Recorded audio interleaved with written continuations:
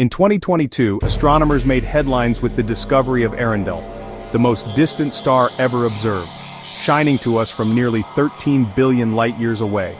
But now, new evidence from the James Webb Space Telescope suggests a twist. Earendel might not be a single star at all, but an ancient star cluster.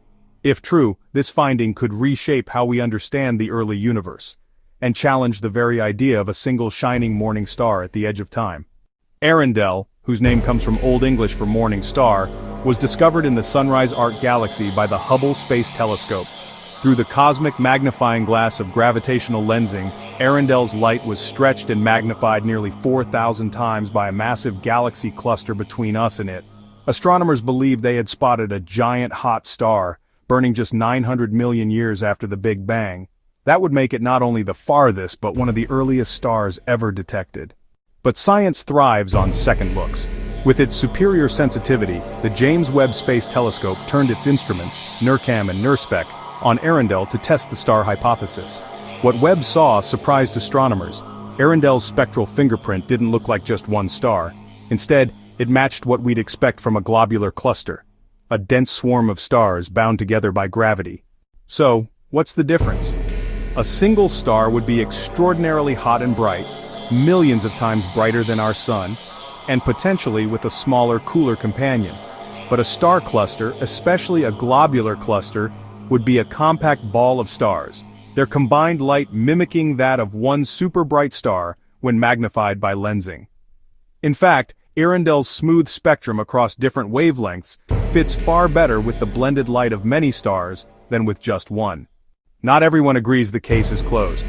Brian Welch, the astronomer who led Earendel's discovery in 2022, says Webb's new data is suggestive, but not conclusive. At Webb's current resolution, the spectrum of a lens star and that of a star cluster can look almost identical. That means Earendel could still be a single star, or perhaps a small group of stars, or indeed a star cluster. If Earendel is a cluster, it actually makes sense. In the early universe, clusters of stars were common, blazing nurseries where the first generations of suns were born.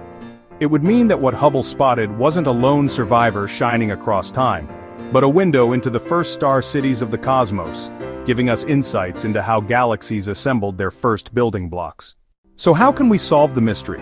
Astronomers are watching for microlensing, tiny fluctuations in brightness caused by passing objects in front of Earendel. If Earendel's light wobbles like a single candle flame, it's likely a star. But if it stays smooth and steady, we may be looking at an ancient cluster of stars. Future JWST programs, and maybe even the upcoming Roman Space Telescope, could finally reveal the truth. Whether star or cluster, Earendel is a messenger from the dawn of time, a flicker of light across 13 billion years of cosmic history, and it reminds us that the universe's greatest discoveries often raise more questions than they answer.